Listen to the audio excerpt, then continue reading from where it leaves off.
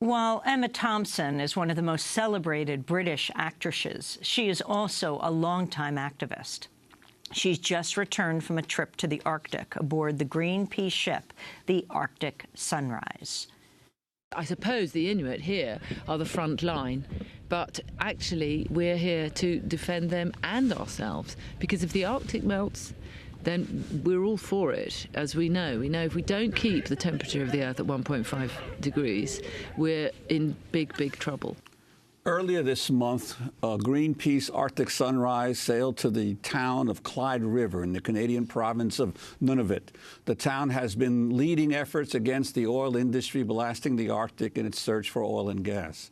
2 years ago, Thompson joined another Greenpeace expedition to protest drilling in the Arctic and to research the impact of climate change has already been having on the region. Well, Emma Thompson joins us now from Toronto, Canada. Emma Thompson, welcome to Democracy Now! It's great to have you for the first time on Democracy Now! Why were you just in the Arctic? Thanks, Amy. It's a great honour to be on Democracy Now! Thank you for inviting me. Well, I was invited, actually, by the Inuit community of Clyde River in Nunavut with Greenpeace, because they know I'd been working with them, and to come and examine the human landscape and what the effects of climate change were having on culture there and life there, but also to help to stand shoulder to shoulder in their battle against seismic blasting, which is a disastrous course of action, not only for the community, but for the global community.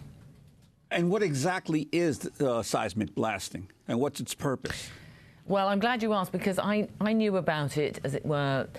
I knew it was bad, but I didn't know quite how bad it was until the most extraordinary marine biologist called Lindy Weilgart, who specialises in the effect of seismic blasting upon marine mammals, gave a lecture on it. And it involves the pushing out of extremely high-pressured shots of air. It's noise, it's sound, and the sound has to travel over thousands of kilometres, hit whatever it can find, and come back to the ship in order to, it's prospecting really, to see where they can drill for oil and gas. Now, marine mammals basically see through their ears, so the effect of seismic blasting, because the noise it makes is equivalent to half a ton of dynamite going off. It's like an underground volcano. It's 260 decibels, and it happens every 10 seconds for months on end without cease.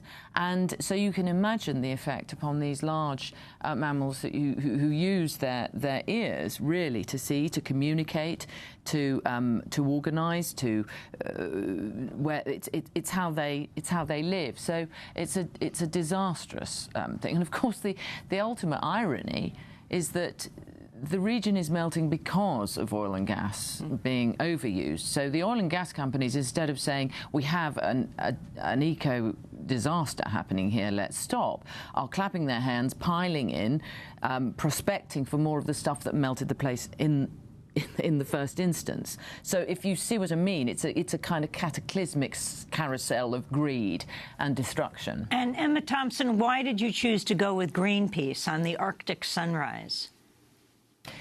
Well, a great friend of mine, Joanna Kerr, is someone I've travelled with a lot on activist journeys, and she became the executive director of Greenpeace Canada and said, you know how we keep trying to make the connection between climate change and human rights, and it's very difficult. Lots of charities and lots of NGOs work in silos, and of course now it can no longer carry on like that. We have to make the connections between everything, between conflict, between women's rights, human rights, between climate change.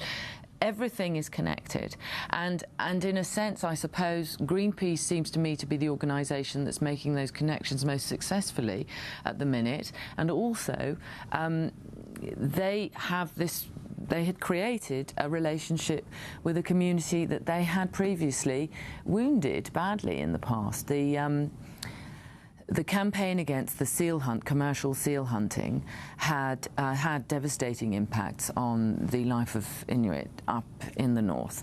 And there are no rude words in Inuktitut, but Greenpeace is one of them. That's the only one they have, they tell us. And Joanna, again, issued a formal apology. I mean, it was a sort of spiritual act, really. She issued it not knowing whether it would reach anyone, where anyone would hear it. And an extraordinary man who I was lucky enough to meet and spend time with, an activist, Inuit activist called Jerry Natanine, read this apology, and he had been personally deeply affected by this campaign. His parents had suffered greatly, and he hated Greenpeace. And he saw this apology and decided that he was in the process of struggling with this seismic battle threat, and he thought these people may be able to help. So he went to the elders and he said, I would like to reach out. And he did. They had a conversation. He rang. They had a conversation and started to work on the campaign that I was lucky enough to be a part of recently. And I think that one of the most striking things about this journey was Jerry saying to us all, this apology and my reaching out and this coming together has healed something inside me, has healed the anger. So we were intimately connected. As you know, if you wound someone, there is always an intimate connection, and whether it continues to be destructive depends on how you deal with the wound after it has been made. Well, I want to turn to some of the residents of Clyde River. This Greenpeace video features the town's former mayor, Jerry Natanine, and his daughter, Clara. Yeah. We want to blast the ocean with seismic cannons looking for oil. It's a destruction machine. The way it could affect the sea mammals, I can hardly put it into words how much effect it would have on our life. Our existence and where we are is based on the animals that go there. We don't have any farms. You can't grow anything outside. The best place to get healthy food for me is under the sea. We're going to Supreme Court. As Inuit, we have the right to our territory. Our population is small, and I believe it is useful for other people on Earth to hear about this. We need all the help we can get to fight these companies.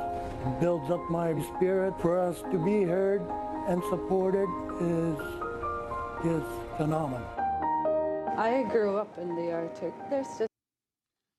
That was Jerry Natanine and his daughter Clara. I wanted to ask you, have you gotten any sense of whether the new government in Canada is more receptive to these issues than the prior government? Well, they ought to be. I mean, Prime Minister Trudeau's just signed recently, as you know, the UN Declaration for the Rights of Indigenous Peoples. So that's a very good sign, having this country, of course, having held back on that for some years. That's excellent. He was also present at the Paris Agreement. He and Obama issued an excellent statement on the Arctic. So it seems to me that this is a confluence of events. Now we've got a spotlight on the Arctic, and Trudeau now has a fantastic opportunity to put his words into action, because this case will set a precedent for the rights of Indigenous peoples. And it is not just about food security, it's about food sovereignty. What's happening in the Arctic with this seismic blasting case is what is being threatened is their sovereignty, their nationhood, not just the food that they eat, not just the climate. It's their actual sovereignty. They were not properly consulted. That's the issue, and that's the issue upon which this case rests. So, to me, looking at it as an outsider and as someone passionately interested, Trudeau is now in a position to do what successive governments for many, many decades have refused to do: act on the climate change agreement that he made, act on the Declaration of Rights for Indigenous Peoples, and set a precedent that has been long, long, long overdue. Emma Thompson, you went to the Arctic before in 2014. Now you went with your teenage daughter. Have you seen changes just in these last few years? When Gaia came with me to the Arctic, when we went to Spitsbergen, to Svalbard, where we were looking at the landscape itself, the graveyard of glaciers that sits up there, surrounded by dismayed climatologists and scientists who've been watching them disappear for the last 20 years. And it was a very different kind of journey. I'm coming to a different part of the Arctic. I'm seeing the same effects on the landscape. I mean, we were looking at these extraordinary peaks and troughs and castellations. The mountains, the fjords are extraordinary, but they're bare. I mean, this is granite that hasn't seen the light of day for 15,000 years. And our companions, our Inuit companions, were saying, you know, when we were little and used to come out on the ice here, the ice would be overhanging. So I was seeing in the landscape the same signs of the destruction of the Arctic, and dismayed again by the fact that, as we know, the poles, the ice on the poles, is what helps to keep. It's absolutely essential if we want to keep the temperature of our world from rising to dangerous levels. So there is no question about the fact that governments around the world absolutely have to put a stop to any notion of drilling for oil and gas in the Arctic. I mean, that's absolutely out of the question, and we need to make those treaties right now. Emma, we need to protect it right now.